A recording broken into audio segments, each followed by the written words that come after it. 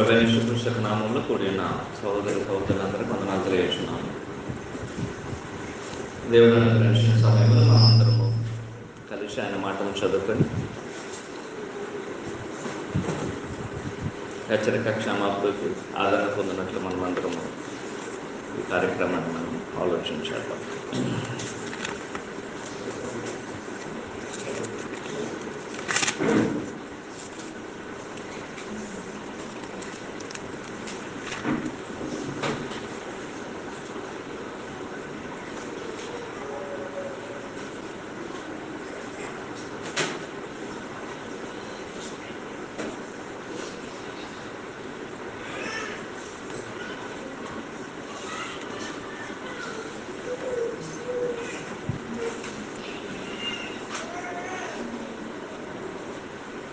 ఈరోజు పాఠము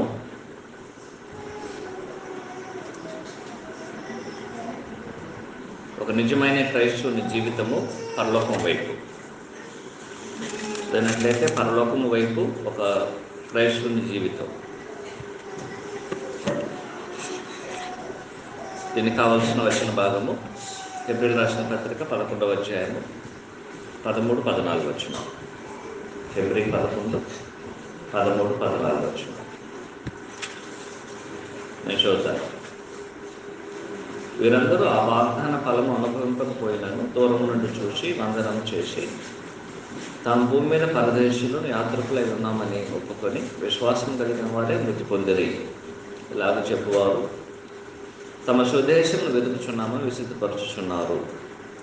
ఏ దేశం నుండి వారు వచ్చారో ఆ దేశమును జ్ఞాపకం ఉంచుకున్నట్లు మరలా వెళ్ళుటకు వారికి వీలు ఉండను. అయితే వారు మరి శ్రేష్టమైన దేశము అనగా పరలోక సంబంధమైన దేశమును కోరుచున్నారు. అందుచేత తాము వారు దేవుడు అని అనిపించుకున్నట్టు దేవుడు వారిని గురించి సిగ్గుపడడు. ఎందుకనగా ఆయన వారి కొరకు ఒక పట్టణమును సిద్ధపరుచున్నాడు. ఒక నిజమైన క్రైస్తవుని యొక్క ప్రయాణము పరలోకం వైపు.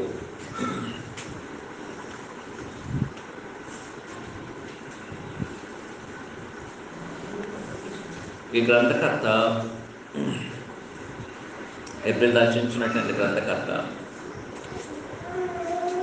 అనేకులకు విశ్వాసాన్ని, అనేకుల విశ్వాసమందు జీవించినటువంటి వారు. మరో విధానంలో విశ్వాసం వల్ల జీవించినటువంటి అనేక మంది వారి వారి తరాలలో, ఎవరెవరి తరాల్లో విశ్వాసంలో జీవించారు,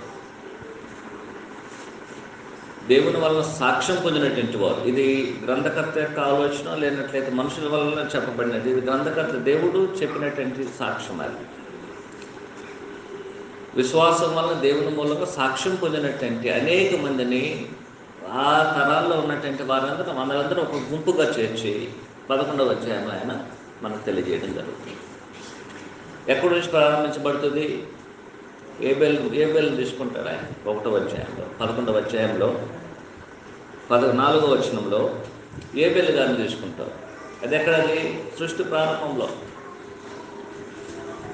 అక్కడి నుంచి ఒక్కొక్క తరంలో ఎన్ని తరాలైతే ఉన్నది ప్రభువు వచ్చేంతవరకు ఆ తరాలన్నిటిలో ఎక్కడెక్కడైతే దేవుని వలన విశ్వాసం ద్వారా సాక్ష్యం పొందినారో వారందరినీ గుంపు చేర్చి మనకు తెలియజేస్తూ ఆనాడు విశ్వాసంతో జీవించిన వారికి యాత్ర పరలోకం వైపు వెళ్ళినది, కానీ భూమి మీద వారికి యాత్రను కొనసాగించడానికి వారు ముందుకెళ్ళలేదని మనకు ఆయన తెలియజేస్తున్నారు. ఒక్కొక్క తరంలో ఒక్కొక్కరిని చూపించాడు ఆయన. ఒకే తరంలో అనేకం చూపించలా. మొదటి సంతానం భూమి మీద పుట్టినటువంటి కయ్యను ఏబేలు తీసుకున్నారు, వారిని చూపించాడు ఆయన. ఆయనలో ఒక ఆయన విశ్వాసం వల్ల దేవుని వల్ల సాక్ష్యం పొందినాడు. చూడండి, కొంతకాలం తర్వాత 1600 సంవత్సరాల తర్వాత ఇంకొక ఆయన తీసుకున్నాడు, నోవాహు గారు. ఆయన విశ్వాసంలో ఎంత గనుడు గమనించాం. అటు తర్వాత ఒక 1000 సంవత్సరముల తర్వాత అబ్రహాం దగ్గరికి వచ్చాడు, ఇస్సాకు, యాకోబు. ఒక్కొక్క తరంలో అటు తర్వాత నేరుగా మోషే దగ్గరికి వచ్చాడు. ఈ విధంగా ఒక్కొక్క తరములో ఆ తరములలో దేవుని వల్ల విశ్వాసం ద్వారా జీవించినటువంటి వారు ఎవరైతే సాక్ష్యం పొందినారో వారందరినీ గుంపు చేర్చి 11వ అధ్యాయంలో వివరించి మొదటి శతాబ్దం ఉన్నటువంటి క్రైస్తవులకి ఒక్కొక్క తరంలో ఈ విధంగా జీవించుకుంటూ వచ్చారు. అయితే వారి జీవితాలను మీరు ఒకసారి చూడాలి. ఎవరు కూడా ఎంత గొప్ప సంపన్నులుగా ఉన్నాను, ఎంత జ్ఞానవంతులుగా ఉన్నాను, ఎంత వారి యొక్క భూస్వరమైన జీవితము ఎంత గొప్పదిగా ఉన్నాను సరే, వారి జీవితాలన్నింటినీ మరిచి ఏం చేశారు వాళ్ళు, వారి యొక్క ప్రయాణం అనేది పరలోకం అయిపోయి వెళ్ళింది. వారు భూమి మీద జీవించిన వారే, భూమి మీద పుట్టినటువంటి వారు, భూమి మీద జీవించినటువంటి వారు. ఆదామును తీసుకోవాలా, ఆదాము తర్వాత వచ్చినటువంటి జనరేషన్ తీసుకున్నాడు, ఆయన సంతతిని తీసుకున్నాడు. వాళ్ళు భూమి మీద పుట్టినటువంటి వారే, భూమి మీద వారు జీవించినటువంటి వారే. వారందరూ తమ యొక్క విశ్వాసపు ప్రయాణాన్ని పరలోకం వైపు చూసుకుంటే ఏం చేశారు, జీవితాన్ని వారు ముగించుకొని వెళ్ళిపోయారు. ఈ విధంగా పాత నిబంధనలో ఉన్నటువంటి అనేకమైన పరిశుద్ధులను తీసుకొని, ఆది కాండం నుంచి మళ్ళా గ్రంథం వరకు ఉన్నటువంటి పరిశుద్ధులందరినీ లెక్కించి తీసుకొని 11వ అధ్యాయంలో ఒక గొప్ప సాక్షి సమూహంగా మార్చేశాడు. వారు ఏ విధంగా ఉన్నారంటే మనకు ఒక మేఘం వల్ల ఆవరించి ఉన్నారు. 12వ అధ్యాయం 1వ వచనం చెప్పబడుతుంది. 12వ అధ్యాయం 1వ వచనంలో 11వ అధ్యాయంలో ఉన్నటువంటి వారు ఏ విధంగా ఉన్నారు గమనించారు. 1వ ఇంత గొప్ప సాక్షి సమూహం మేఘం వల్ల మనలను ఆవరించి ఉన్నందువలన వీరందరూ ఏం చేస్తున్నారు, ఇప్పుడు వీరందరూ ఏం చేస్తున్నారంటే మనకి మేఘం వల్లే మనల్ని వారు ఆవరించున్నారు. ఎవరు? 11వ అధ్యాయంలో చెప్పబడినటువంటి ఇంత గొప్ప సాక్షి సమూహము 11వ అధ్యాయంలో ఎవరి పేర్లైతే చెప్పబడిందో, ఎవరెవరైతే ఉన్నారో వారందరూ మనకి ఇప్పుడు ఏ విధంగా ఉన్నారు, ఒక మేఘం ఏ విధంగా అయితే మనల్ని ఆవరించి ఉన్నది ఆ విధంగా మనల్ని ఏం చేస్తున్నారు, ఆవరించి మనల్ని ఏం చేస్తున్నారు, వారు ఒక మాదిరి గురించి మనల్ని పురికొల్పుతున్నారు. పురికొల్పు ఏం చేస్తున్నారు, అలాంటి విశ్వాస జీవితాన్ని మీరు కూడా జీవించండి. కానీ మీరు విశ్వాస జీవితాన్ని జీవించేటప్పుడు వారిని వారి యొక్క జీవితాలను మీరు మాదిరిగా తీసుకోవచ్చును, కానీ ఒక మాదిరిగా తీసుకోవచ్చును, కానీ మీకు గురి ఎవరు? ప్రభువైన యేసుక్రీస్తు 12వ అధ్యాయం 3 వచనాలు ఆయన తేటగా తెలియజేస్తారు. కాబట్టి వారికి విశ్వాస జీవితాలు సాక్ష్యం పొందారు, మంచిదే, వారి జీవితాలను చదవండి. కానీ మన యొక్క గురి ఎవరు? ప్రభు అయినటువంటి యేసుక్రీస్తు వారు. కాబట్టి విశ్వాసానికి కర్త ఆయన, ముగించినటువంటి వాడు కూడా ఆయనే. ఆయన విశ్వాసానికి అధిపతి. ఆయన వైపు మనం చూస్తూ క్రైస్తవ జీవితాన్ని మనము ముగించాలని తెలియజేయడం అనేది జరిగింది. అయితే ఈ విధంగా ఒక్కొక్కరి గురించి ఆయన మాట్లాడుకుంటూ నోవా, అబ్రాహాము, ఇస్సాకు, యాకోబుల గురించి అందరి గురించి మాట్లాడుకుంటూ, ప్రత్యేకించి అబ్రాహాము, శారా, ఇస్సాకు, యాకోబు దగ్గరికి వచ్చినప్పుడు వారికి ఇవ్వబడినటువంటి ఒక ప్రత్యేకమైనటువంటి అంశాన్ని ఇక్కడ ఆయన 13, 14, 16 వచనాలు 16 వచనాల్లో తెలియజేయడం జరిగింది. ఈ అబ్రాహాము, శారా, ఇస్సాకు, యాకోబుల గురించి మాట్లాడుతున్నప్పుడు ఆయన వారు ఏమని ఒప్పుకున్నారు, ఎలాగో జీవించారో 13, 14 వచనాలు ఆయన తేటగా తెలియజేస్తున్నాడు. ఏ విధంగా జీవిస్తున్నాడు గమనించండి. 13, 14 వచనాలలో వీరందరూ ఆ వాగ్దాన ఫలమును అనుభవించకపోయినను దూరం నుండి చూసి వర్తనం చేసి తమ భూమి మీద పరదేశులు యాత్రికులమైన ఒప్పుకొని విశ్వాసం కలిగిన వారే మృతి పొందిరి. ఎవరు వీరు? ఇక్కడ మనం ప్రత్యేకించి అబ్రహాము గురించి మాట్లాడబడుతుంది. 10వ వచనం నుంచి మనం మాట్లాడినట్లయితే అబ్రహామును గురించి, అది 8వ వచనం నుంచి అబ్రహామును గురించి మాట్లాడబడుతుంది. ఈ అబ్రహాము గారు ఏం ఒప్పుకున్నారని చెప్పబడింది ఆయన విశ్వాసాన్ని బట్టి. 13వ వచనం అని చెప్తున్నాడు గమనించండి. తాము భూమి మీద పరదేశులను యాత్రికులై ఉన్నామని వారు ఒప్పుకున్నారు. మొదటగా వారు ఏం చేశారు? ఒప్పుకున్నారు. ఒప్పుకొని ఏమని ఒప్పుకున్నారు వాళ్ళు? మేము ఈ భూమి మీద ఏ విధంగా ఉన్నాం? యాత్రికులము, పరదేశులు. రెండోది, వారు మాత్రం ఒప్పుకోవడం మాత్రం కాదు, కానీ వారు ఏం చేశారంటే ఒప్పుకొని ఏం చేశారంటే వారి యొక్క ప్రయాణాన్ని కొనసాగించారు. ఎందుకు ఆ విధంగా వారు ఆలోచన చేయాల్సిన అవసరం ఉంది? ఉదాహరణకు అబ్రహాము తీసుకోవాలి. అబ్రహాము గారి యొక్క పితరులు విగ్రహారాధికులు. అక్కడి నుంచి దేవుడు అబ్రహామును ఏం చేశాడు? పిలిచాడు. ఆయన యెహోషువ 24వ అధ్యాయం 23వ వచనంలో అబ్రహాము వారి యొక్క పితరులు అనేది విగ్రహారాధికులు. అలాంటి విగ్రహారాధన కుటుంబం నుంచి దేవుడు ఏం చేశాడు? ఒక ఆయన పిలిచాడు. ఆయన ఎవరిని? అబ్రహామును పిలిచాడు. దేవుడు పిలిచిన వెంటనే ఎక్కడికి పిలవమంటున్నాడు, ఎందుకు పిలిచాడు, ఏ ఉద్దేశాలు తనకు తెలియదు. దేవుడు పిలిచాడు కాబట్టి విశ్వాసంతో తన ఇంటిని వదిలి బయటకు వచ్చేసాడు. ఇంటిని వదులుకునేసాడు, తన బంధుమిత్రులను వదిలేసుకున్నాడు, ఊరును వదిలేశాడు, దేశాన్ని వదిలేశాడు. దేవుని యొక్క పిలుపునికి లోబడినటువంటి అబ్రహాము తన కుటుంబం నుంచి తాను ప్రత్యేకించబడడానికి ఎలాంటి సందేహించలేదు. ఆయన తన కుటుంబం నుంచి దూరం అమ్మన్నాడు, దూరం అయిపోయాడు. విగ్రహారాధన నుంచి దూరం అయిపోతున్నా. విగ్రహారాధన దూరం కుటుంబం నుంచి మాత్రం కాదు, కుటుంబం యొక్క విగ్రహారాధన నుంచి దూరం అవ్వాలి, కుటుంబం యొక్క సంబంధాల నుంచి దూరం అవ్వాలి. ఆ యొక్క దేశం నుంచి, ఆ యొక్క ప్రదేశం నుంచి ఏం చేశాడు, తాను ప్రత్యేకించుకొని దేవుడు చెప్పినటువంటి మార్గం వెంబడించాడు. ఆయన ఎక్కడికి వెంబడించాడు, ఎక్కడికి పోతున్నాడు, ఎందుకు పోతున్నాడో తనకు తెలియదు. గొప్ప ఆస్తిపరుడు. అలా వెళ్ళిన అబ్రహాంకి దేవుడు ఏం చేశాడు, 4 వాగ్దానాలు చేశాడు. ఈ వాగ్దానాలు నీకు నేను చేస్తాను. 4 వాగ్దానాలు ఇచ్చాడు. 1, నీకు సంతానం, నీ కుమారుని ఇస్తాను. 2, ఆ కుమారునికి ఏం చేస్తాను, నేను గొప్ప సంతతికి నేను అభివృద్ధి చేస్తాను. 3, అభివృద్ధి చేయబడినటువంటి సంతానానికి నేను చేస్తాను, కనాను దేశాన్ని నీకు ఇస్తాను, నేను స్వతంత్రం చేసుకోవడం. 4, నీ యొక్క సంతానం నుంచి యేసుక్రీస్తు మెస్సీయ నేను చేస్తాను, తీసుకొస్తానని చెప్పాను. ఈ వాగ్దానాలు జరుగుతుందో లేదో తనకు తెలియదు. ఎందుకంటే ఆయన పిలువబడినప్పుడు ఆయనకు వయసు 75 సంవత్సరాలు.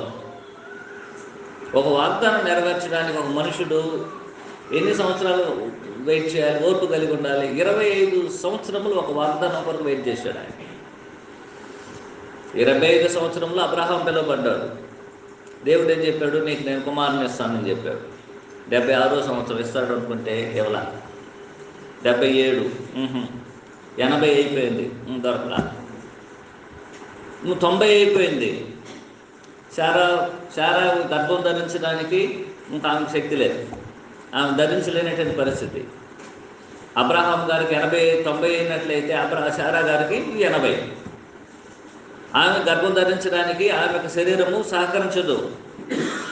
ఇప్పటికైనా దేవుడు ఇస్తాడని చూశాడు, ఎవలా ఇంకా శోధిస్తున్నాడు ఆయన. అయినా సరే అబ్రహాము దేవుని పరిశోధించడానికి కొన్నప్పుడు అబ్రహాముకు ఓర్పుతో, విశ్వాసంతో దేవుని యొక్క వాగ్దానాలను సందేహించలేదు, ఎక్కడ కూడా తొనకలేదు. ఆయన దేవుడు నాకు వాగ్దానం చేసినవాడు, నమ్మదగినవాడు, ఆయన చేయగలిగిన విశ్వాసంతో ఏం చేశాడు ఆయన. 90 సంవత్సరము, 95 అయిపోయాయి, 96 అయిపోయాయి. ఈ మధ్యలో కొన్ని సమస్యలు జరిగాయి. ఇస్మాయిల్ ద్వారా కొన్ని సమస్యలు, అది వారు ఏర్పాటు చేసుకుని దాన్ని వదిలేశాడు. 99వ సంవత్సరంలో ఏం జరిగింది, ఇప్పుడు 100వ సంవత్సరం వచ్చింది, కుమారుని అనుగ్రహించాడు. ఒక వాగ్దానం నెరవేరడానికి 25 సంవత్సరాలు పట్టాయి. ఒకటి ఆ 25 సంవత్సరాలు మహానుభావుడు వెయిట్ చేశాడు. వెయిట్ చేసినటువంటి ఆయన సరే కదా అనుకొని అల్లారి ముద్దుగా కుమారుని పెంచుకున్నాడు. తాను ఎక్కువగా ప్రేమించాడు ఎవరిని, ఇసాకుని. మా అమ్మని ప్రేమించాడు, మంచిగా ప్రేమించాడు లేదో 14-15 సంవత్సరాలు తన కుమారునికి వచ్చింది, ఇంకొక ఆజ్ఞ వచ్చింది. ఒళ్ళు దద్దరిల్లిపోయింది. ఏమిది, ఇప్పుడు ఇంటిని దాటి రమ్మని చెప్పలేదు, తల్లిదండ్రులు వదిలేసి రమ్మని చెప్పలేదు, దేశాన్ని వదిలేమని చెప్పలేదు, లేదా వేరే దేశాన్ని నడవమని చెప్పలేదు, లేకపోతే ఏదేదో చెప్పలేదు. ఆయన ఏం చెప్పాడు, నువ్వు ప్రేమిస్తున్న నీ కుమారుని నాకు బలి అర్పించమన్నాడు. ఎలా ఉంటుంది ఒక మనిషిని యొక్క ఆలోచన గమనించాను. 100 సంవత్సరాల వరకు కుమారుడే లేదు. 100 సంవత్సరాల కుమారుడు అనుగ్రహించబడ్డాడు. అనుగ్రహించినటువంటి కుమారుని భద్రంగా ప్రేమతో పెంచుకుంటున్నాడు. ఆ పెంచినటువంటి కుమారుని దేవుడు ఏం చేశాడు, నాకు బలి ఇవ్వు అని చెప్పాడు. అబ్రహాం ఏం చేశాడు, ఆలోచన చేయలేదు, ముందుకెళ్ళిపోయాడు. ముందుకెళ్ళి తన కుమారుని ఏం చేశాడు, వాస్తవానికి బలి ఇచ్చేసాడు. హెబ్రీ గ్రంథకర్త అనేది మనకు అలాగే చెప్పబడుతుంది. బలిచ్చాడు ఆయన. తన మనసులో హృదయంలో జరిగిపోయాడు. కత్తి పడలేదు కానీ మనసులో హృదయంలో కార్యక్రమం జరిగిపోయాడు. తీర్మానం చేసుకునేసాడు. దీన్ని చూసినటువంటి దేవుడు అబ్రహాం చూసి చెప్తున్నాడు, ఇప్పుడు నీవు నాకు లోపడుచున్నావు, నేను ఎదుగున్నాను అంటాడు. అప్పుడు వరకు ఎరగలేదు. 22వ అధ్యాయం అదే చెప్తుంది. బలి ఇవ్వడానికి ముందుకెళ్ళిన తర్వాత చెప్తాడు ఆయన, ఇప్పుడు నీవు నాకు లోపడుచున్నావని నేను చేస్తున్నా, నేను ఎరిగి ఉన్నాను. ఇలాగ జీవితాలను ఏర్పాటు చేసుకున్నటువంటి వారిని మనకు చూపించి ఆయన ఏం చెప్తున్నాడంటే, ఇలాంటి గొప్ప విశ్వాసం కలిగినటువంటి వారు కొంతకాలం క్రితము జీవించారు, భూమి మీద జీవించినటువంటి వారే. వారు ఎలాగ జీవించారు?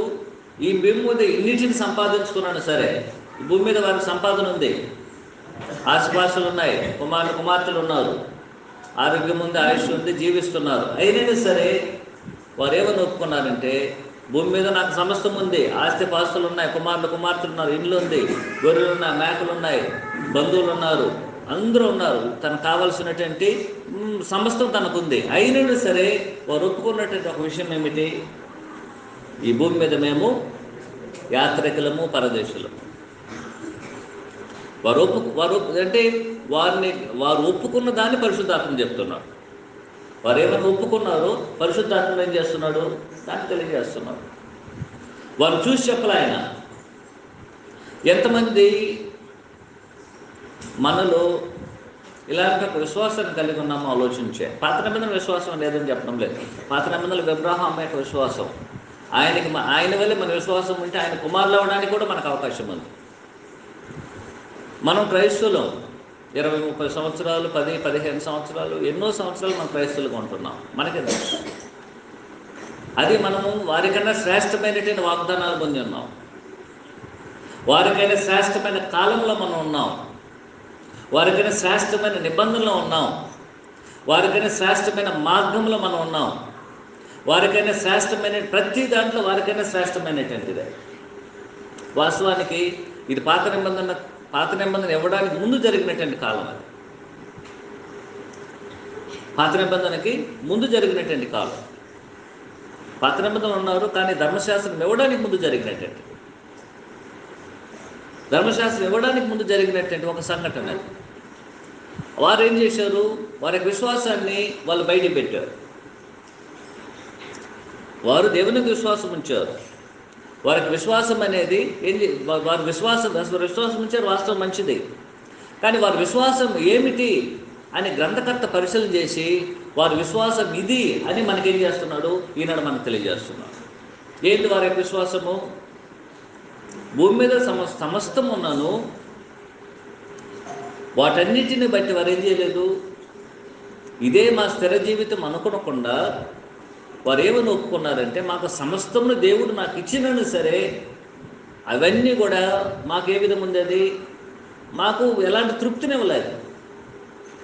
మాకు తృప్తి అది కాదు. మేమంతా భూమి మీద ఎందుకు వీటన్నిటిని కలిగి ఉన్నాం? మేము జీవించాలి కాబట్టి, ప్రాణంతో బతికుండాలి కాబట్టి, మా విశ్వాసాన్ని పరిశుద్ధతను మేము కాపాడుకుంటూ పరిపూర్ణత చెందాలి కాబట్టి ఇవన్నీ నాకు అవసరం. అయితే మేమేం చేయడం లేదు. అవన్నీ నాకున్నటువంటి సమస్తము, నాకున్న భూసంబంధమైనటువంటి ఏ రకమైనటువంటి వస్తువు అయినా సరే, ఏ రకమైన ఆస్తి అయినా, ఏ రకమైన డబ్బు అయినా, ఏ రకమైన ఆరోగ్యం, అన్నిటినీ ఒకసారి వారు ఆలోచన చేసి వాళ్ళు ఏం చెప్పారంటే ఇవన్నీ నాకెందుకు ఉపయోగపడుతున్నదంటే ఈ భూమి మీద జీవించడానికి మాత్రమే. కానీ ఈ భూమి మీద నేనేం చేయలేను, స్థిరుడిగా ఉండలేదు. అయితే నా యొక్క పని ఏమిటి? నేను భూమి మీద ఏ విధంగా ఉన్నాను? యాత్రికుడుగాను, పరదేశిగా ఉన్నాను. ఒక యాత్రకు వచ్చి ఉన్నా నేను. ఒక యాత్రికుడు వెళ్ళాడు అనుకున్నట్లు, ఫారిన్ దేశానికి వెళ్ళినట్లయితే ఒక యాత్రను తీసుకొని అతనికి ఎన్నటువంటి సమయంలో అతను చూడవలసినటువంటి ప్రదేశంలో చేయవలసిన పనులన్నింటిని చేసుకొని మరలా ఏం చేయాలి? అతడు తన సొంత దేశానికి వచ్చాడు. యాత్రుడు. పరదేశం అంటే నీ సిటిజన్షిప్ ఇక్కడ లేదు. You are not a citizen of the world. నీకు పౌరత్వం అనేది ఇక్కడ లేదు. ఒక పౌరత్వం అనేది మనకి ఎక్కడ లేదు. నా పౌరత్వం ఎక్కడ లేదని ఆనాడు వారు గుర్తించారు. నా దేశం ఇది కాదని, నా లోకం ఇది కాదని ఆనాడే వారు తెలుసుకున్నారు. తెలుసుకున్నటువంటి వారి యొక్క విశ్వాసము ఎలాగున్నదని పరిశుద్ధాత్మ పరీక్షించినప్పుడు వాళ్ళు చెప్తున్నారు, మీ యొక్క విశ్వాసాన్ని మీరు ఒప్పుకోండి అన్నట్లయితే వాళ్ళు ఏం చెప్తున్నారు? మా విశ్వాసాన్ని మేము ఒప్పుకుంటున్నాం ఏమనేసి, ఈ భూమి మీద మేము యాత్రికులు, పరదేశులమని వారు ఆనాడు ఏం చేశారు? ఒప్పుకున్నారు. మనం చెప్తాం, మనం శ్రేష్టమైనటువంటి వారికన్నా శ్రేష్టమైన కార్యాలు మనం పొంది ఉన్నాం. అవును, మనకు శ్రేష్టమైన బలి యేసుక్రీస్తు వారు ఉన్నాడు. అవును, అన్నీ మనం శ్రేష్టమైన దాన్ని పొంది ఉన్నాం. కానీ మన యొక్క విశ్వాసాన్ని ఒప్పుకోమన్నప్పుడు మనం ఇలా ఒప్పుకోగలమా? అయ్యా మీ విశ్వాసాన్ని మీరు ఒప్పుకోండి అంటే ఏం చెప్తాం? యేసుక్రీస్తు ప్రభు దేవుని కుమారుని నమ్ముతున్నాం, అదే మన విశ్వాసం. అక్కడికే ఉంటుంది. అది చెప్పలే వాళ్ళు. మా విశ్వాసం ఏమిటంటే మేము ఈ భూమి మీద యాత్రికులు పరదేశులు అనే మా విశ్వాసాన్ని బట్టి ఏం చేశారు? వాళ్ళు ఒప్పుకున్నారు. ఎప్పుడు ఇలాంటి విశ్వాసాన్ని నీవు నేను ఒప్పుకోగలుగుతున్నామో అప్పుడు దేవుని వల్ల సాక్ష్యం పొందుతాం. ఆ సాక్ష్యం పొందడానికి వారు చేసినటువంటిది ఏమిటి? నాకు సమస్తం ఉన్నాను సరే అది నాకు తృప్తినివ్వదు. నేను భూమి మీద యాత్రికుడిని, పరదేశుని. నా యాత్ర ముగించుకొని నేను వెళ్ళిపోవాలి. యాత్ర దినాలు 8 దినాలు ఉండొచ్చు, 60, 70, 80 సంవత్సరాలు ఉండొచ్చును. సుమారు అబ్రహాంగా 175 సంవత్సరాలు జీవించారు. 175 సంవత్సరాలు జీవించారు. మనం ఎన్ని సంవత్సరాలు జీవించగలము? ఇది యావరేజ్గా అనుకున్నట్లయితే 78. ఒకవేళ కొంతమంది 100 సంవత్సరాలు కూడా జీవించవచ్చు. ఈ 70, 60, 70, 80 సంవత్సరాలలో మనం క్రీస్తు ప్రభువులో ఉంటూ నా విశ్వాసాన్ని ఎప్పుడైనా సరే ఒప్పుకున్నాను ఆలోచించాను. ఇప్పుడు వరకే, ఇంతకు ముందుగా ఇక మీదటనే దాని సంగతి వేరు. ఇప్పుడు వరకు ఎప్పుడైనా సరే మనము నా యొక్క విశ్వాసాన్ని బట్టి నేను ఒప్పుకొంచున్నాను, ఇక భూమి మీద నేను పరదేశిని, యాత్రికుడని ఎప్పుడైనా మనం ఒప్పుకున్నామా? ఒప్పుకోకపోతే ఆనాడు వారు ఇచ్చినటువంటి ఒక జీవితాన్ని మనం ఆలోచన చేయగలిగినప్పుడు అది మన జీవితాన్ని పరివర్తన తీసుకురాకపోయినట్లయితే ఎందుకు గ్రంథం ఇవ్వబడింది? ఎందుకు మనం వారిని గురించి మనం చదవాలి? మన జీవితాల్లో మార్పు రావాలి. మన జీవితాల్లో మార్పు రావాలి. మన జీవితాల్లో మార్పు రాకపోతే మనకు విశ్వాసం అనేది ఏం చేస్తుంది? నా జీవితం మార్పుకు విశ్వాసం తోడు కావాలి. నా జీవితం మార్పును తీసుకొచ్చేది విశ్వాసంగా ఉండాలి. దేవుని మీద విశ్వాసం, యేసుక్రీస్తు ప్రభువు మీద విశ్వాసం. ఆనాటి విశ్వాసం ముందు వారు ఏం చేశారు? ధైర్యంగా ఒప్పుకున్నారు. ఏమని ఒప్పుకున్నారు? మేము భూమి మీద పరదేశులము, యాత్రికులం. దాని అర్థం ఏమిటి? ఒకటి, పరదేశులు అన్నట్లయితే భూమి మీద నాకేం లేదు, పౌరత్వం నాకు లేదు. ఎక్కడుంది? 3వ అధ్యాయం 20వ వచనము ఫిలిప్పీ రాసిన పత్రికలో మన యొక్క పౌరస్థితి ఎక్కడున్నది? పరలోకముందు ఉన్నది. ఎవరి యొక్క పరిస్థితి? ఎవరి యొక్క పరిస్థితి? ఎవరి యొక్క పౌరస్థితి? ఈ పాఠానుసారంగా ఆలోచించి ఎవరి పౌరస్థితి అన్నట్లయితే, ఎవరైతే ఈ యొక్క భూమి మీద నేను యాత్రికుడిని, పరదేశాన్ని ఎవరైతే తమ విశ్వాసాన్ని బట్టి ఒప్పుకున్నారో వారి పౌరస్థితి ఎక్కడున్నది? ఫిలిప్పీ 3వ అధ్యాయం 20వ వచనం అనేది నా గురించి నీ గురించి చెప్పబడింది నాకు తెలియదు, పరిశుద్ధుల గురించి చెప్పాడు. ఆ పరిశుద్ధులు నీవు నేను ఎవరుకున్నామో నాకు తెలియదు. మనమందరం విశ్వాసం వస్తున్నాం. మన కూడా నా కూడా పౌరస్థితి పరలోకం ముందు ఉన్నదని. నా పౌరస్థితి పరలోకం ముందు ఉన్నట్లయితే దానికి అర్థం ఉండాలి. నాకు అర్థం ఉండాలి. నా పౌరస్థితి పరలోకం ముందు ఉన్నట్లయితే నా పౌరస్థితి ఎక్కడ లేదు? భూమి మీద లేదు. భూమి మీద నా పౌరస్థితి లేనట్లయితే ఎలాగూ భూమి మీదే నాకు కావలసినటువంటి సమస్తాన్ని సమకూర్చుకుంటున్నాను. నేను దాని కొరకు జీవిస్తున్నాను. నేను ఏ పౌరుణ్ణి? పరలోక పౌరుణ్ణి, భూమి మీద పౌరుణ్ణి కాదు.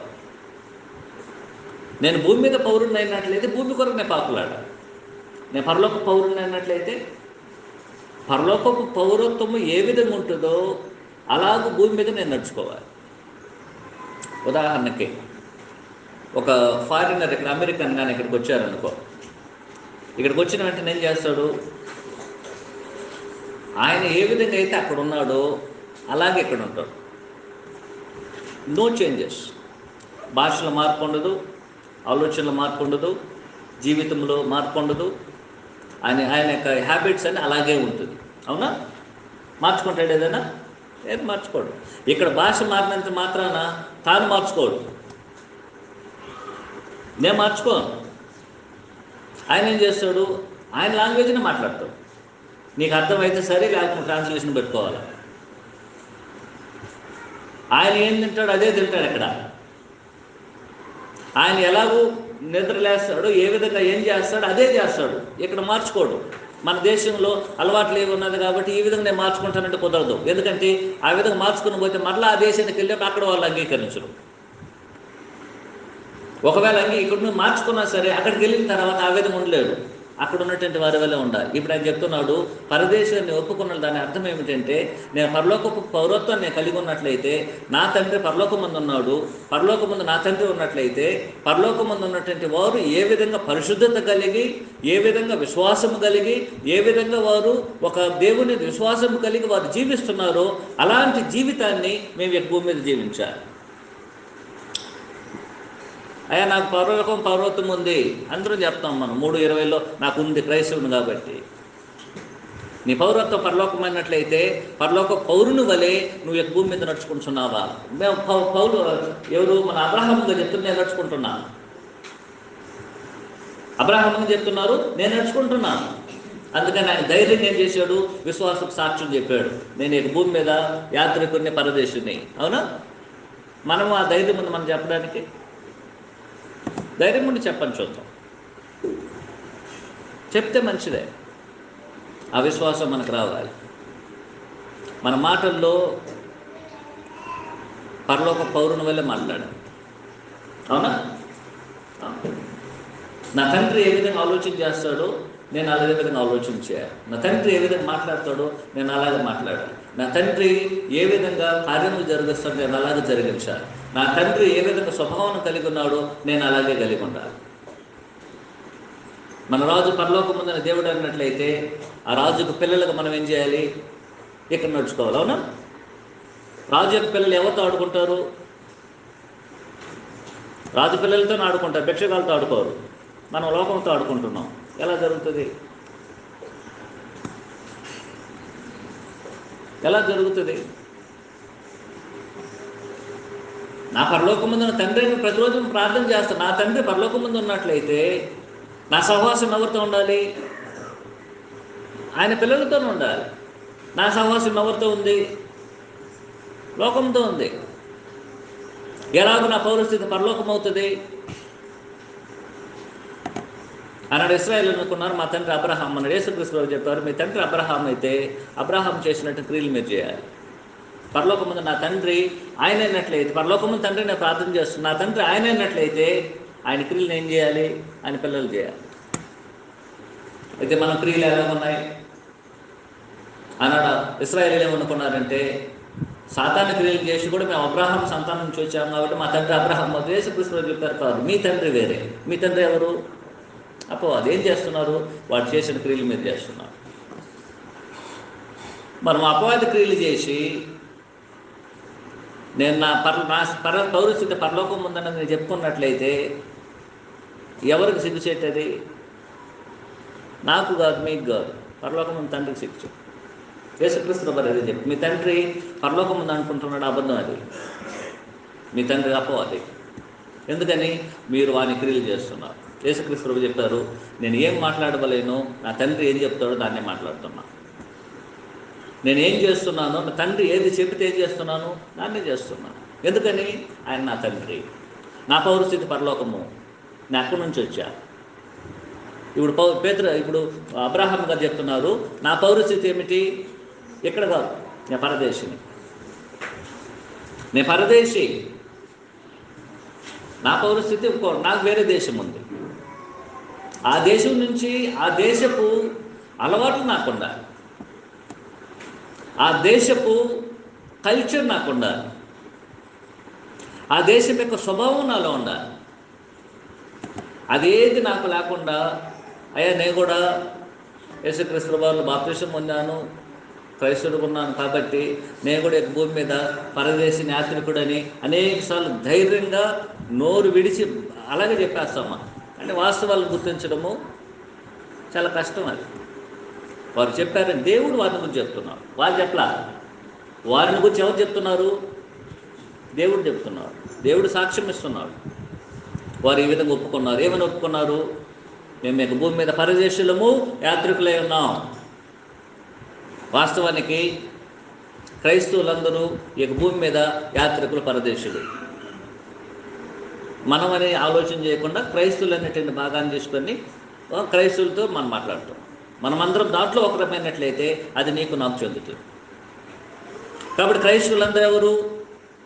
ఈ భూమి మీద యాత్రికులు, పరదేశులు. వారు ఏం చేస్తారు? వారు ఏం చేస్తారంటే కొలసి 3:1-2 భూమి మీద వారు మనసు ఉంచకుండా దేని మీద మనసు వస్తారు? వాళ్ళు పైన వాటినే వెతుకుతారు. కొలసి 3:1-2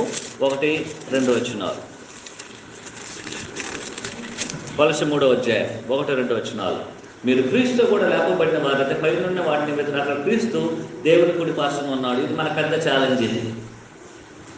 ఇది పెద్ద ఛాలెంజ్. ఏం ఛాలెంజ్ అండి ఇది? 3వ గమనించండి. ఇది ఎంత ఆలోచనకరంగా ఉంది గమనించండి. మీరు క్రీస్తు కూడా లేపబడిన వారైతే పైన వాటిని వెతుకోండి. ఎవరు వెతుకుతారు పైన వాటిని? ఎవరు వెతుకుతారు? సరే, నేను ఈ విధంగా చదువుతాను, గమనించాను. తప్పుగా చదువుతాను, ఒకసారి మీరు ఆలోచించే. మీరు క్రీస్తు కూడా లేపబడిన వారు కాబట్టి పైన వాటిని వెతుకుడు అని చెప్పాడు ఆయన. నో, ఇఫ్ ప్రశ్నిస్తున్నాడు ఆయన. మీరు క్రీస్తు కూడా లేపబడితే, ఎవరు లేపబడ్డారంట? ఎవరైతే లేపబడ్డారో అందరూ కాదు. ఆయన చెప్తున్నాడు, మీరు క్రీస్తు ప్రభువుతో లేపబడిన వారు కొలసి సంఘస్థులారని చెప్పలే ఆయన. కొలసి సంఘస్థులారా, మీరు క్రీస్తు ప్రభువుతో లేపబడి ఉన్నారు కాబట్టి పైన వాటిని వెతుకుని చెప్పలే ఆయన. ఆయన చెప్తున్నాడు, మీరు లేపబడి ఉన్నట్లయితే మీరు దేన్ని ఎదుగుతారు? అందువల్ల ఎవరు నేను పరదేశిని, నా యొక్క పౌరస్థితి పరలోకం ముందున్నదని తమ విశ్వాసాన్ని ప్రకటిస్తారు. వారు ఏం చేస్తారంటే మొదటగా క్రీస్తు నందు వారు ఏం చేయబడతారు? లేపబడి ఉంటారు. వారు లేపబడినటువంటి వారు. మనం లేపబడి ఉన్నాం కాబట్టి మనం ధైర్యంగా ఏం చేయవచ్చు? మనం చెప్పవచ్చు. ధైర్యంగా చెప్పడానికి ముందుగా మనం ఏం చేయాలి? మనం ఆలోచన చేయాలి. నా విశ్వాసం యొక్క ఒప్పుకోలేనిటి, నేను విశ్వాసంతో ఒప్పుకుంటున్నా. ఏమని ఒప్పుకుంటున్నా? నేను భూమి మీద పరదేశిని, యాత్రికుడై ఉన్నాను. క్రైస్తవులందరూ భూమి మీద పరదేశులు, యాత్రికులై ఉన్నారు. క్రైస్తవులందరూ ఉన్నారు కాబట్టి నేను కూడా క్రైస్తువుని కాబట్టి నాకు కూడా ఇది వర్తిస్తుంది. పైన వాటిని ఎవరు వెతుకుతారు? అందరూ వెతకరు. ఎవరైతే లేపబడి ఉంటారో వారు మాత్రమే వెతుకుతారు. దాంట్లో నేనున్నాను కాబట్టి నేను కూడా ఏం చేస్తున్నాను? వెతకాలి. నా పౌరస్థితి పరలోకం ముందు ఉన్నట్లయితే పరలోకపు పౌరుని వల్ల నేను ఏం చేస్తాను? ఇక్కడ ఉండాలి. కొన్ని సందర్భాల్లో మనం ఏం చేస్తామంటే, నేను పరలోక పౌరున్నే, కరెక్టేనా? కానీ ఒక దేశానికి వెళ్ళామనుకో, కొన్ని సందర్భాలు ఏం జరుగుతుందో కూడా చెప్పేస్తాడు. ఒక దేశానికి ఒక అమెరికన్ వచ్చాడంటే అమెరికన్ అతని వాళ్ళే మాట్లాడతాడు, అతని వల్లే డ్రెస్ చేసుకుంటాడు, అతని వల్లే నడుస్తాడు, అతని వల్లే లేస్తాడు, అతని వల్లే భోజనం చేస్తాడు, అతని వల్లే ఏం పని చేయాలి చేస్తాడు, వెళ్ళిపోతాడు. కానీ కొంతమంది ఏం చేస్తారంటే ఏ దేశానికి వెళ్తారో ఆ దేశం వాళ్ళతో కలిసిపోతారు. కలిసిపోలేకపోతే మనం జీవించలేము. అవునా? రైట్. ఒక దేశానికి నేను వెళ్ళాను, లేకపోతే ఎవరైనా ఒక దేశాన్ని మన దేశానికి వచ్చారు, మనం ఏం చేయాలి? అమెరికా నుంచి ఒక ఆయన వచ్చారనుకో, ఆయనకి మనకు తెలుగు రాదు కదా, ట్రాన్స్లేషన్ పెట్టుకుంటాడు. కానీ ఇప్పుడు ఆ అమెరికా ఆయన ఏం చేశాడంటే ఇక్కడ తెలుగు నేర్చుకున్నాడు అనుకో, నేర్చుకుంటాడా? కొంతమంది నేర్చుకుంటారు. మనం అమెరికాకి వెళ్ళామనుకో, మనకు అక్కడ ఇంగ్లీష్ ట్రాన్స్లేషన్ ఎవరు పనికిరాదు. మనం ఏం చేయాలి? ఇంగ్లీష్ని నేర్చుకోవాలి.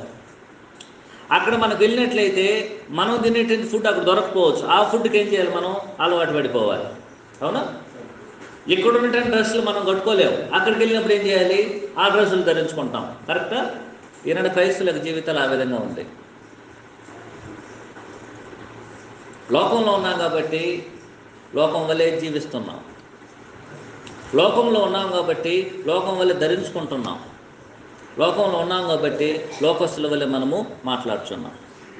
సమస్య ఎక్కడొచ్చింది? నువ్వు పరలోక పౌరుడైతే పరలోక పౌరుని వల్లే నువ్వు ఇక్కడ జీవించాలి. కానీ పరలోక పౌరులు మనం కొన్ని సందర్భాలు ఏమైపోయాము? నా పౌరస్థితి పరలోకం ముందు ఉన్నాను సరే, నా యొక్క భాష, జీవన విధానము, శరీర వస్త్రములు ఇవన్నీ కూడా ఏం చేశాను? ఇప్పుడు నేను ఇక్కడ ఉన్నటువంటి వాళ్ళుగా నేను మార్చేసుకున్నా. ఇక్కడ వాళ్ళే మార్చేసుకున్నా. కాబట్టి ఫారినర్స్ని మనము రెండు రకాలుగా చూడవచ్చు. ఒకటి తను తాను మార్చుకున్నటువంటి ఒక పౌరుడు. విదేశాల నుంచి వచ్చినటువంటి వ్యక్తి తన భాషలో కానీ, వేషధారణలో, తన యొక్క వేషంలో కానీ, తన ఆహార పద్ధతుల్లో కానీ, తన పని విషయంలో మార్చుకున్నటువంటి ఒక పౌరుడు. అలాంటి పౌరుడు ఎవరు? అబ్రహాము.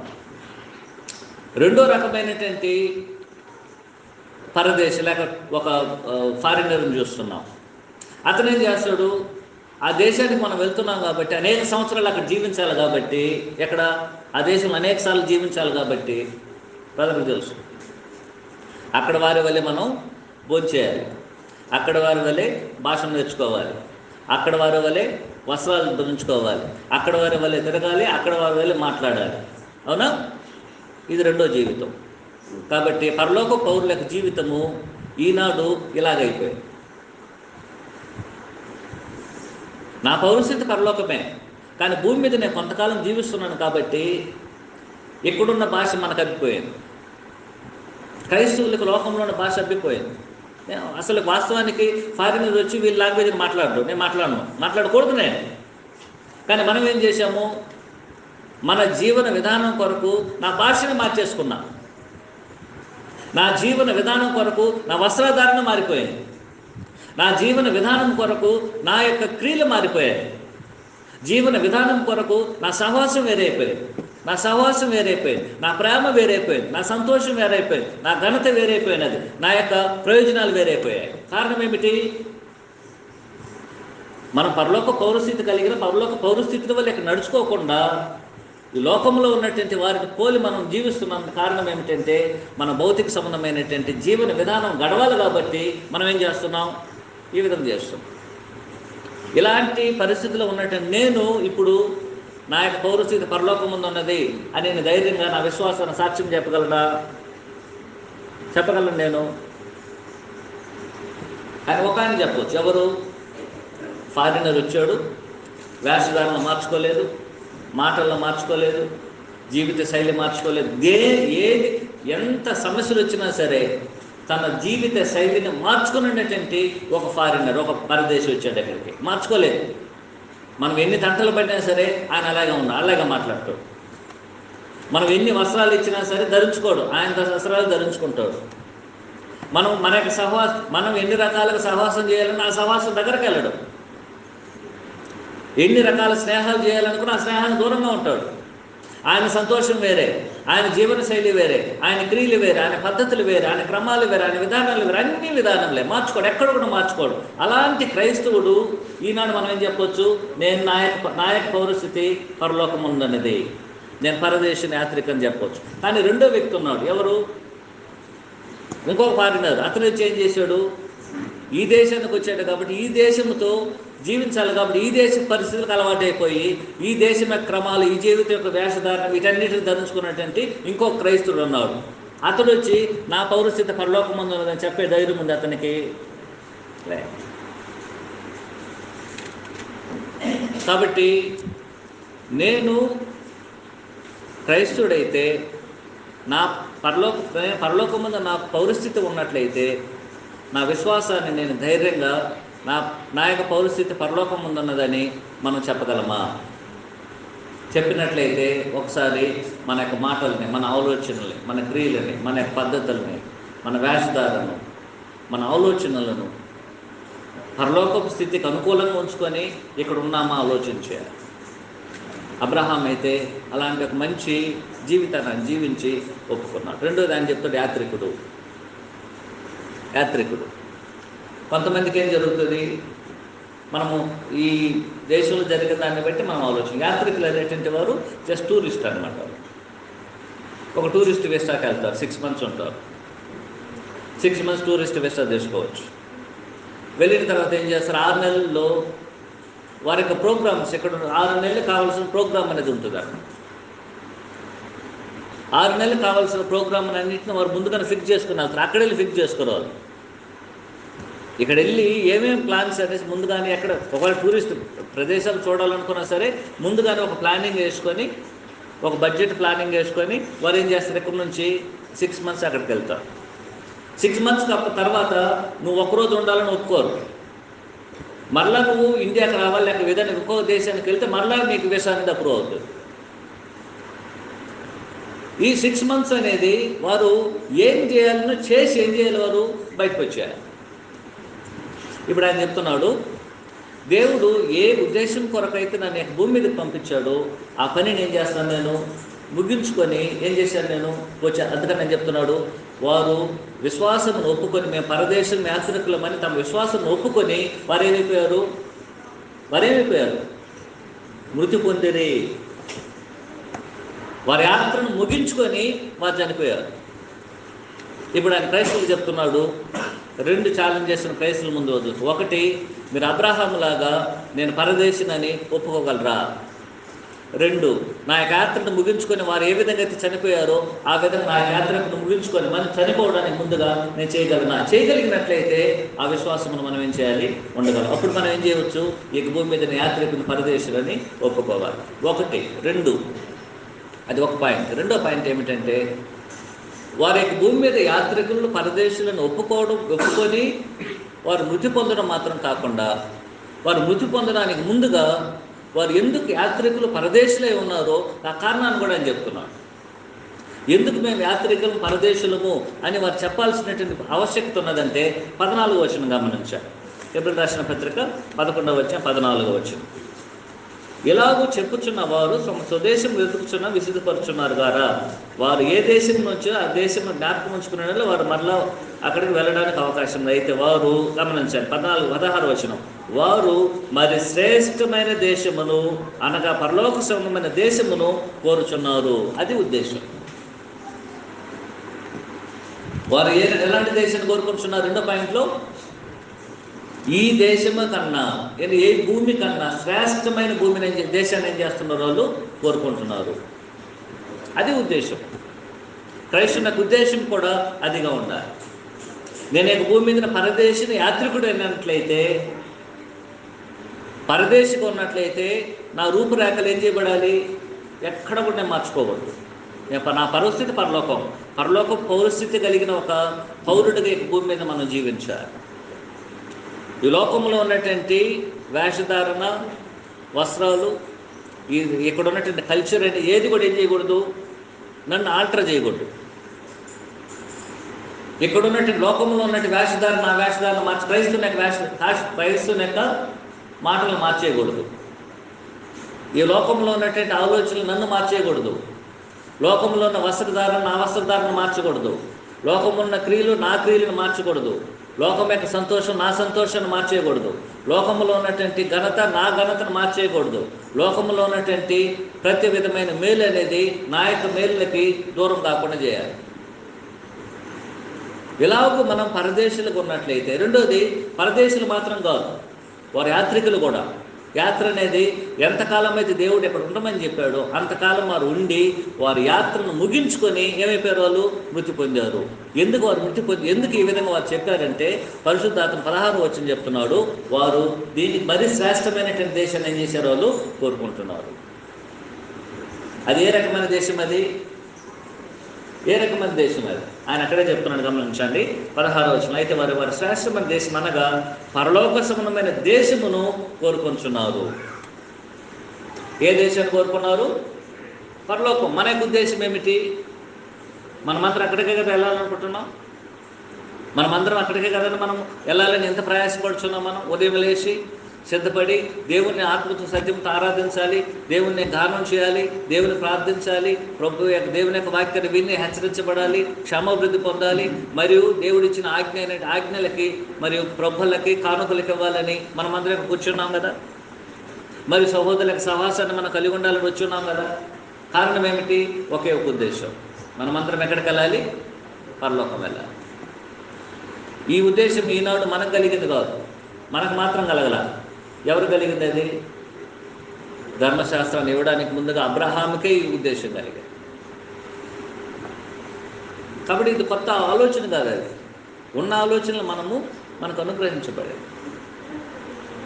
ఇప్పుడు ఆలోచన చేయండి, మనము ఏ దేశాన్ని కోరుకుంటున్నాం? ఈ దేశాన్ని కోరుకుంటున్నామా, లేకపోతే దీనికన్నా శ్రేష్టమైన దేశాన్ని మనము కోరుకుంటున్నామా? ఆలోచించాలి. మనం ఈ దేశాన్ని కోరుకున్నట్లయితే ఈ దేశంలో కూడా జీవించవచ్చు. ఈ దేశంలో కూడా మనం అందువల్ల దానికి అర్థమైనది ఏమిటంటే, ఈ దేశంలో ఉన్నాం కాబట్టి ఈ యొక్క దేశంలో ఉన్నంతకాలము మనకు కావాల్సిన వాటి మనకు అవసరమే, లేకుండా కూడా జీవించలేదు. దాని నుంచి తొలగిపోమని చెప్పలేదు.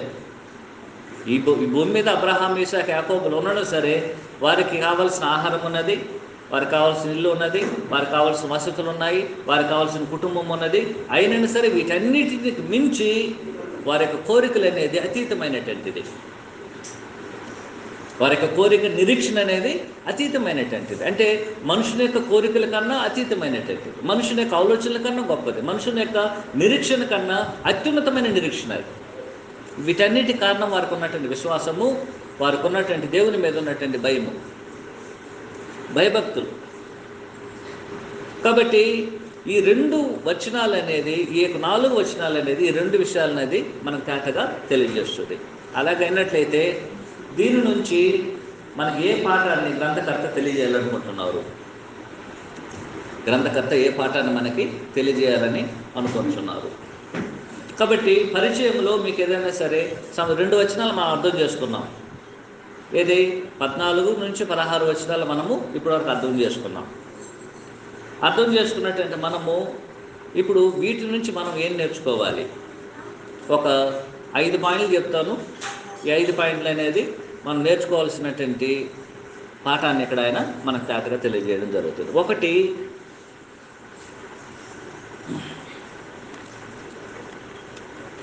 మొదటి పాఠం ఏమిటంటే,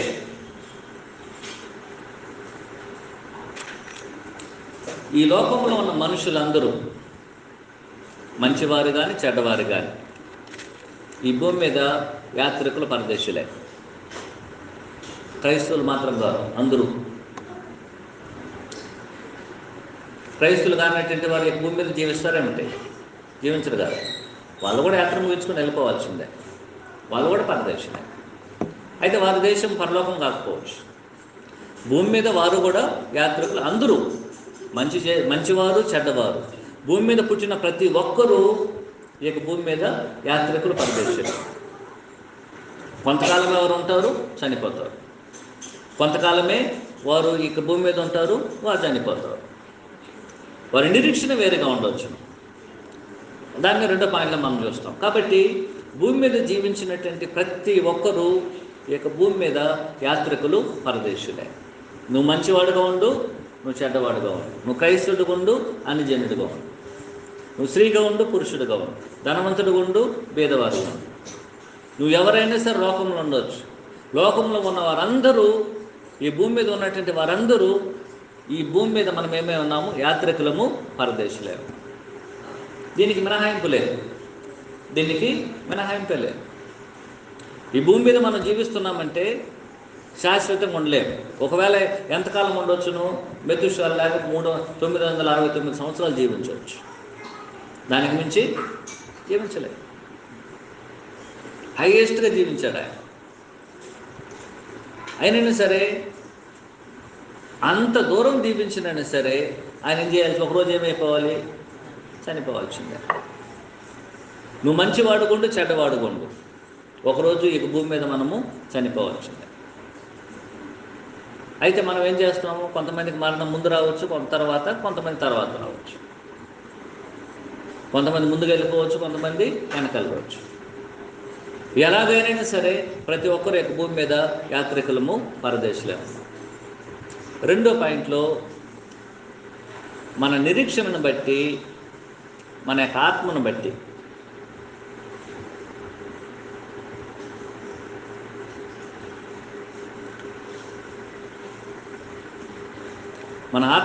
మనమందరం యొక్క భూమి మీద క్రైస్తవులందరూ లేనట్లే. క్రైస్తవులందరూ యొక్క భూమి మీద వారు యాత్రికులుగాను, పరదేశులుగాను ఉన్నారు. మనుషులందరూ యాత్రికులు, పరదేశులే ఒక భాగంలో. 2వ భాగంలో క్రైస్తవుల యొక్క నిరీక్షణను బట్టి వారందరూ కూడా లోకంలో కూడా పరదేశులు, యాత్రికులుగాను ఉన్నారు. మనం లోకంలో ఉన్నాం, మనకు నిరీక్షణ ఉంది, మనము యాత్రికులు, మన పరదేశులేము. అయితే వారి యొక్క లోకంలో ఉన్నటువంటి వారి యొక్క యాత్ర ముగుస్తుంది. వారి యొక్క పౌరత్వం అనేది ఎక్కడనేది కాదు. అది వారి పౌరత్వం అనేది నరకంగా ఉండవచ్చు. వారి యొక్క వారి యొక్క పౌరత్వం నరకము, వారు ఏమైపోతారు ఒక రోజుకి యాత్ర ముగించి వాళ్ళు కూడా చచ్చిపోతారు. కానీ క్రైస్తవులు దాని నుంచి ప్రత్యేకించబడినవారు. దేనిని బట్టి? వారి యొక్క నిరీక్షణను బట్టి. మనకు నిరీక్షణ అనేది ఏం చేయబడింది? ఇప్పుడు యేసుక్రీస్తు వారి వల్ల అనుగ్రహించబడింది. ఆ నిరీక్షణను బట్టి క్రైస్తవులు కూడా యొక్క భూమి మీద పరదేశులను యాత్రికులై ఉన్నారు. ఎందుకంటే వారి యొక్క నిరీక్షణ పరిశుద్ధమైనటువంటిది కాబట్టి. మన యొక్క నిరీక్షణ ఎలాంటిది? మన నిరీక్షణ అనేది పరిశుద్ధమైనది. ఆ పరిశుద్ధమైన నిరీక్షణలో దేవుడు చెప్తున్నాడు, క్రైస్తవుల యొక్క భూమి మీద ఏ విధంగా ఉన్నారు? పరదేశులు, యాత్రికులు. నాకు అర్థం గమనించాడు. ఫిలిప్పీ 3:20 చదివాం మనం. మీ యొక్క పరిస్థితి ఎక్కడున్నదని చెప్పాడు ఆయన? పరలోకమందు ఉన్నది. అంటే నా యొక్క పరిస్థితి ఎక్కడుంది? పరలోకమందు. ఎవరి పరిస్థితి ఉంది అక్కడ? క్రైస్తవుల యొక్క పరిస్థితి. క్రైస్తవుల యొక్క పౌరస్థితి పరలోకమందు ఉన్నట్లయితే క్రైస్తవులు కాని యొక్క పౌరస్థితి ఎక్కడుంది? పరలోకంలో లేదు. వారు ఎక్కడుందో నాకు తెలియదు. మనం చెప్పాల్సిన అవసరం, మనం తీర్పు తెరచవద్దు. ఒకవేళ వారు మారవచ్చు నేను కొంతకాలంలో. అయితే వారి యొక్క పౌరస్థితి పరలోకమందు ఏం లేదు, వారికి లేదు. ఈ నిరీక్షణ ఎవరికి ఉన్నది? నా పౌరస్థితి పరలోకమందు ఉన్నదని క్రైస్తవులకు ఉన్నది. కాబట్టి నాకున్నట్టు నిరీక్షణను బట్టి నా యొక్క పౌరస్థితి, నా యొక్క యాత్ర అనేది ఏం చేయబడుతుంది? మేము యాత్రికుల యొక్క భూమి మీద మనం జీవించాలి. మనకున్న నిరీక్షణ దేవుడు చెప్పాడు, వాగ్దానం చేశాడు. మీ పౌరస్థితి ఎక్కడుంది? పరలోకంలో ఉంది. మీ పౌరస్థితి పరలోకం ఉందన్నది. కాబట్టి ఆయన ఏం చెప్తున్నాడు? మీ పౌరులుగా ఏం చేయాలి? భూమి మీద మనము నడుచుకోవాలి. ఇక్కడ మనకు చాలా సమస్య వచ్చేసాయి. మన యొక్క పౌరస్థితి పరలోకం అన్నప్పుడు అందరి యొక్క ఆలోచనలు, అందరి యొక్క హృదయాలను చాలా సంతోషంగా ఉంటుంది. అవునా? అవును, అందరికి చాలా ఆనందం. నేను చనిపోయిన తర్వాత నా పౌరస్థితి పరలోకం కాబట్టి పౌరస్థితి పరలోకం కాబట్టి నేను వెళ్ళిపోతాను అనేసి. కానీ పౌరులుగా మనం నడుచుకోవాలన్నప్పుడు ఏం జరుగుతుంది? సమస్యలు మోసుకువేస్తున్నాం. ఎందుకంటే మనం జీవించలేని పరిస్థితి. జీవించాలని ముందుకు వచ్చినా సరే మనల్ని ఏం చేస్తారు? అనేక మంది మనల్ని బలహీనపరుస్తున్నారు. మన మీద ఒత్తిడి ఉంది. మనల్ని బలహీనపరచడం జరుగుతుంది. మనకేం జరుగుతుంది? ఒత్తిడి ఉంది. ఈ బలహీనత నుంచి బలపరిచే లోపల ఒత్తిడి అనేది ఏం చేస్తుంది? ముళ్ళు ఏ విధంగా అయితే ఆ యొక్క చెట్టును అణిచేస్తున్నదో ఆ విధంగా మన యొక్క పౌరులుగా మనం నడుచుకోకుండా ఉన్నట్లు ఆ ముళ్ళు ఏం చేస్తుంది? మనల్ని అణిచేస్తుంది. అందువల్ల అనేక సందర్భాల్లో మనము పరలోక పౌరులమా కాదని మనకే సందేహం వచ్చేస్తుంది.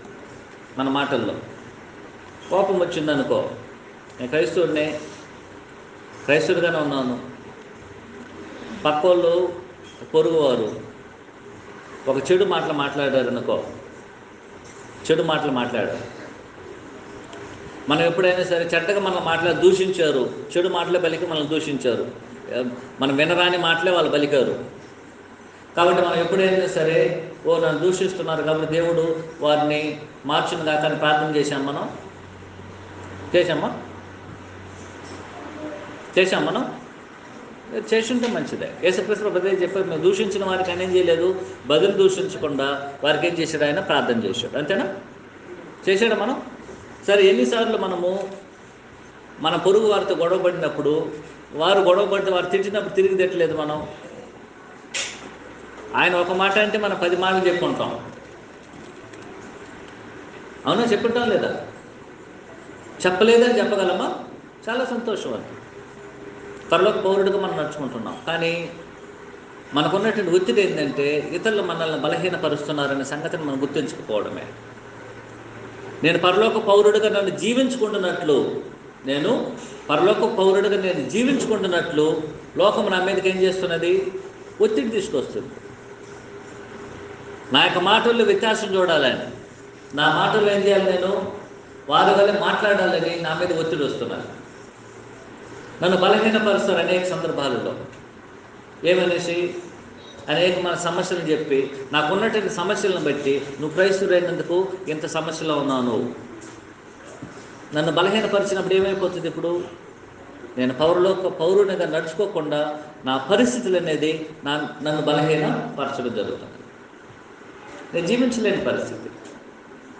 కాబట్టి ఇక్కడ నుంచి మనం నేర్చుకున్నటువంటి పాఠం ఏమిటంటే, ఒకటి, లోకంలో ఉన్న వారందరూ యాత్రికులు, పరదేశులే. అది సర్వసాధారణంగా అందరూ జనరల్గా చెప్పండి. కానీ రెండో పాయింట్లో పరిశుద్ధులకు ఉన్న నిరీక్షణను బట్టి మనము ఈ యొక్క భూమి మీద యాత్రికులను పరదేశులు అనే ఆశీర్వాదం అనేది మనకి అనుగ్రహించబడి, దీనిని బట్టి మనం ఏం చేయాలి? నేను నా యొక్క పౌరస్థితి పరలోకం ముందు ఉన్నట్లయితే దీనిని బట్టి నేను ఏం చేయాలి? ఒకటి, ఈ యొక్క భూమి మీద మనం జీవించేటప్పుడు ఈ యొక్క భూమి మీద మనము విశ్రాంతి తీసుకోకుండా, అంటే ఈ భూమి మీద నా జీవితం అనుకోకుండా మనం ఏం చేయాలంటే పరలోకం వైపు నా యొక్క చూపుని నేను చూడాల్సిన అవసరం ఉన్నది. పరలోకం వైపు చూడాలి. భూమి నేను విశ్రాంతి తీసుకోవడానికి దేవుడు నాకు ఏర్పాటు చేసినటువంటి స్థలం కాదు. ఈ స్థలం ఇది మనం విశ్రాంతి కొరకు ఈ భూమిని దేవుడు ఏర్పాటు చేశాడా? లేదు. మన విశ్రాంతి కొరకు దేవుడు పరలోకాన్ని ఏర్పాటు చేస్తున్నాడు. ఇంకా మీ కొరకు విశ్రాంతి నిలిచి ఉన్నది. అక్కడ మనకు విశ్రాంతి. ఇక్కడ నేను యాత్రికున్న పరదేశుని, నేను వచ్చినటువంటి పనిని ముగించుకోవాలి, ఆ పని కొరకు ప్రయాసపడాలి. అందువలన యేసుక్రీస్తు ప్రభువు ఏం చెప్తున్నాడంటే, మొదట ఆయన రాజ్యమును ఆయన నీతిని మీరు వెతుకుడి. ఎవరు నేను పరదేశిని, నేను యాత్రికుడినని తన విశ్వాసాన్ని బట్టి ఒప్పుకుంటారో వారేం చేస్తారు? మొదటగా ఆయన రాజ్యాన్ని నీతిని వెతుకుతారు.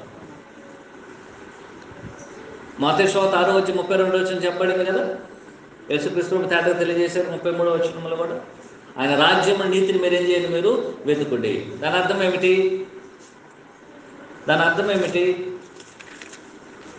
మత్తయి సువార్త 6వ అధ్యాయం తీసుకోండి.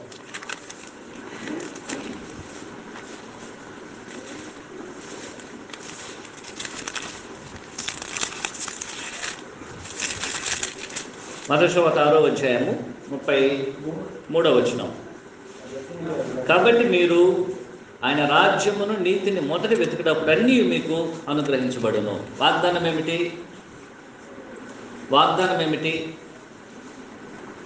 యేసుక్రీస్తు ప్రభువు వాగ్దానం చేస్తున్నాడు, గమనించాలి. ఏం వాగ్దానం ఉంది మనకి ఈ వచనంలో? మనకు అన్నీ అనుగ్రహించబడును. అది వాగ్దానం. అది ఎవరు చేసినటువంటిది? అది యేసుక్రీస్తు ప్రభువు చేసిన వాగ్దానం. ఆ వాగ్దానం నేను పొందడానికి నేను చేయవలసిన బాధ్యత ఏమిటి? ఏం చేయాలి? నేను వెతకాలి. నా యొక్క బాధ్యత ఏమిటి? వెతకాలి. దేన్ని వెతకాలి? ఆయన రాజ్యాన్ని, నీతిని వెతకాలి. సరే, ఎలా వెతకాలి? మొదట వెతకాలి. కాబట్టి దేవుని యొక్క వాగ్దానం నీవు నేను పొందడానికి యేసుక్రీస్తు ఇచ్చిన వాగ్దానం ఇది. క్రైస్తవులకు ఇచ్చిన వాగ్దానం, దేవుని పిల్లలకు ఇచ్చినటువంటి వాగ్దానం. ఏం చెప్తున్నాడు ఆయన? మొదట ఆయన రాజ్యం నీతిని మీరు వెతుకుడి, మీకు అన్నీ అనుగ్రహించబడుతుందా? ఖచ్చితంగా అనుగ్రహించబడుతుంది. అది మనకు ఇవ్వబడిన వాగ్దానం. అయితే మనకు ఇవ్వబడిన బాధ్యత ఏమిటి? వెతకాలి. వెతకాలి. దేన్ని వెతకాలి? ఆయన రాజ్యాన్ని, నీతిని వెతకాలి. ఎలా వెతకాలి? మొదట దాన్నే వెతకాలి. దాని అర్థం ఏమిటంటే నాకు ఈరోజు 25 పనులు, 100 పనులు ఉన్నాయి. ఉదయం లేచిన వెంటనే ఈ రోజంతా నేను చేయడానికి 100 పనులు ఉన్నాయి.